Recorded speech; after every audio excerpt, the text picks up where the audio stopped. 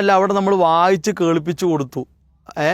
ആലം എന്ന് പറഞ്ഞാൽ വഹുവ കുല്ലു മൗജൂദിൻ സിവല്ല, അല്ല അല്ലാത്ത എല്ലാം ആലമാണ്. ലോകം എന്ന് പറഞ്ഞാൽ അതിന് പ്രയോഗിക്കുന്നൊരു വാക്കാണ് ഭൗതികം എന്നത്. നമ്മൾക്ക് കാണാൻ പറ്റുന്നതും പറ്റാത്തതുമായ പല ലോകങ്ങളുമുണ്ട്, പല സൃഷ്ടികളുമുണ്ട്. അതെല്ലാം ആലമിൽപ്പെട്ടതാണ്. അപ്പോൾ ഇതൊക്കെ തഫ്സീറുകളിലുണ്ട് എന്ന് പറഞ്ഞ് ഇബ്നു കസീർ റഹിമഹുള്ളയുടെ തഫ്സീർ വായിച്ചു കൊടുത്തു.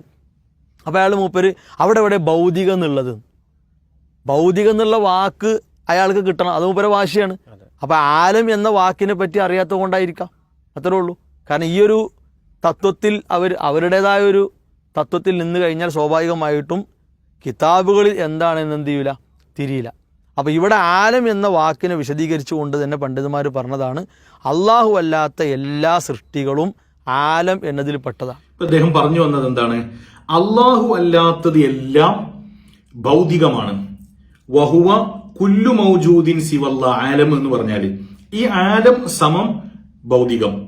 ശരിക്കും മനസ്സിലാക്കിയാലോ, ഇവരുടെ തൗഹീദിന്റെ അടിത്തറ പൊളിയുകയാണ്. ഇവരുണ്ടാക്കിയ തൗഹീദ് ഇവർ തന്നെ പൊളിക്കുകയാണ്. ഇവരെന്നെ ഉണ്ടാക്കും, ഇവരെന്നെ പൊളിക്കും, അടുത്തത് പുതിയത് ഉണ്ടാക്കും, ഇവരെന്നെ പൊളിക്കും. ഇതാണ് ചെയ്യുന്നത്. ഇപ്പൊ അദ്ദേഹം പറഞ്ഞ എന്താണ്? ആലം സമം ലോകം, ലോകം സമം ഭൗതികം. ഇതാണല്ലോ പറഞ്ഞത്. എങ്കിൽ ഞങ്ങൾക്ക് അവിടെ ഒരു ചോദ്യമുണ്ട്. ആ ചോദ്യത്തിന് കൃത്യമായിട്ട് നിങ്ങൾ മറുപടി പറയണം. ആദ്യമായിട്ട് ഞങ്ങൾക്ക് ആ വിഷയത്തിൽ പറയാനുള്ളത്, ശരിക്കും ശ്രദ്ധയോടുകൂടെ നിങ്ങൾ മനസ്സിലാക്കണം, ഇതിൽ നിന്ന് നിങ്ങൾ രക്ഷപ്പെടരുത്. അൽ ഇസ്ലാം മാസിക 2013 ഫെബ്രുവരി മാസത്തെ അൽ ഇസ്ലാഹ് മാസിക, ഈ അൽ ഇസ്ലാഹ് മാസികയിലെ 40ാമത്തെ പേജിൽ ഇപ്പൊ എന്താ പറഞ്ഞത്? അള്ളാഹു മാത്രം അഭൗതികവും ആലം മാസിവൽ ബാരിയായ ആലം, അല്ലെ, മാസിവൽ ബാരിയായ ആലം ഇതെന്താണ്? ഭൗതികമാണ് എന്നാണല്ലോ പറഞ്ഞത്. എന്നാൽ നിങ്ങൾ തന്നെ എഴുതി വെച്ചത് നോക്കൂ. നിങ്ങൾ മരണപ്പെട്ടുപോയ മനുഷ്യന്മാർ ഈ ലോകവുമായിട്ട് യാതൊരു ബന്ധവുമില്ല. ആത്മാക്കളുടെ ലോകമെന്നത് അഭൗതിക ലോകമാണ്. ഇപ്പൊ നിങ്ങൾ എന്താ പറഞ്ഞത്?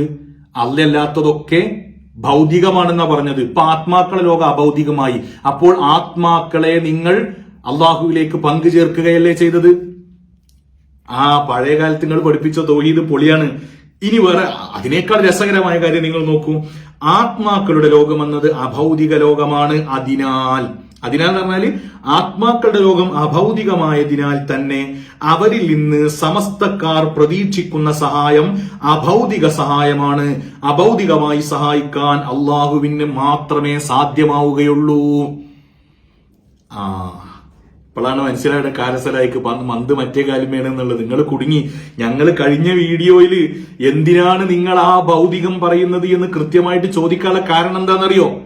അഥവാ ഈ സബുക്കുല്ലിസാനായിട്ട് പറഞ്ഞതാണെങ്കിൽ കഴിച്ചിലായി പൊയ്ക്കോട്ടെ സാധു എന്ന് വിചാരിച്ചിട്ടാണ്. പക്ഷേ ആണയിട്ട് വീണ്ടും പറയാണ് കാരസലാഹി, അള്ളാഹു മാത്രം അഭൗതികവും ലോകം മുഴുവൻ ഭൗതികവും. അപ്പോ ആത്മാക്കളുടെ ലോകം അഭൗതികമാണ് എന്ന് നിങ്ങൾ പഠിപ്പിച്ചത് നിങ്ങൾ തിരുത്തുന്നു എന്ന് മാത്രമല്ല, മരണപ്പെട്ടവരോട് സഹായം ചോദിക്കൽ, മരണപ്പെട്ടവരിൽ നിന്ന് ലഭ്യമാകുന്ന സഹായം ശിർക്കാണ് എന്ന് നിങ്ങൾ പഠിപ്പിക്കാനുണ്ടായ കാരണം മരണപ്പെട്ടവരുടെ ലോകം അഭൗതികമാണ്. ഇപ്പൊ കാരസലായി സമ്മതിക്കുന്നു അല്ലല്ലാത്തൊക്കെ ഭൗതികമാണ്. അപ്പൊ പിന്നെ മരണപ്പെട്ടവരോ അത് ഭൗതികമല്ലേ?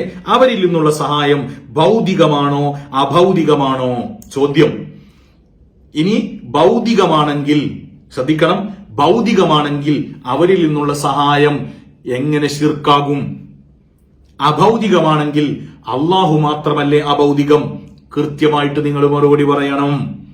ചോദ്യം നമ്പർ 2, നിങ്ങളുടെ വാദം ഇപ്പോ ജിന്നി വിഭാഗമാണ് എന്നാണ് നിങ്ങളെ കുറിച്ച് പറയാറുള്ളത്. നിങ്ങളുടെ വാദം ഹയ്യും ഹാദിറും ഖാദിറുമായ ജിന്നിനോട് സഹായം തേടാൻ പറ്റുമെന്നാണ്. അഥവാ സഹായം തേടിയാൽ അത് ശിർക്കല്ല എന്നാണ് നിങ്ങളുടെ വാദം.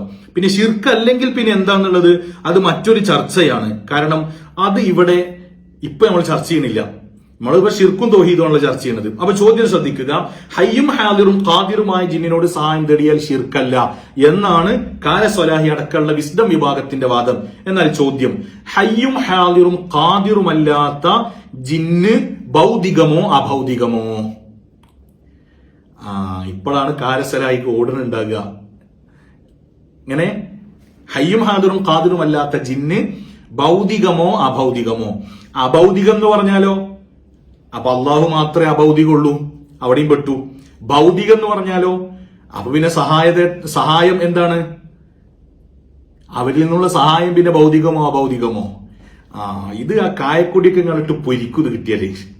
ഇതിപ്പോ വിസ്ഡം വിഭാഗം ബഹുമാനപ്പെട്ട ഷെയ്ഖുൽ ജാമി ആലിക്കുട്ടി ഉസ്താദ് വഫാത്തായി പോയി. അവര് ക്ലാസ്സിൽ ഇങ്ങനെ പറയാറുണ്ട്, അള്ളാഹുവിന്റെ ഉഖറവിയായ ദറജ ഉയർത്തി കൊടുക്കട്ടെ. ക്ലാസ് എടുക്കുമ്പോ തമാശക്ക് ഇങ്ങനെ പറയും, മിണ്ടിയാലും കൊല്ലും, മിണ്ടിയിട്ടില്ലെങ്കിലും കൊല്ലും എന്ന് പറയും. ഇതേപോലെ കാരസ്വലായി ഭൗതികം എന്ന് പറഞ്ഞാലും പെടും, അഭൗതികം എന്ന് പറഞ്ഞാലും പെടും. ഇത് നിങ്ങൾ ഉണ്ടാക്കിയ വ്യാജ തൗഹീദാണ്. നിങ്ങൾ ഇതൊന്ന് വിശദീകരിക്കും, ബാക്കി നമുക്ക് പറയാം.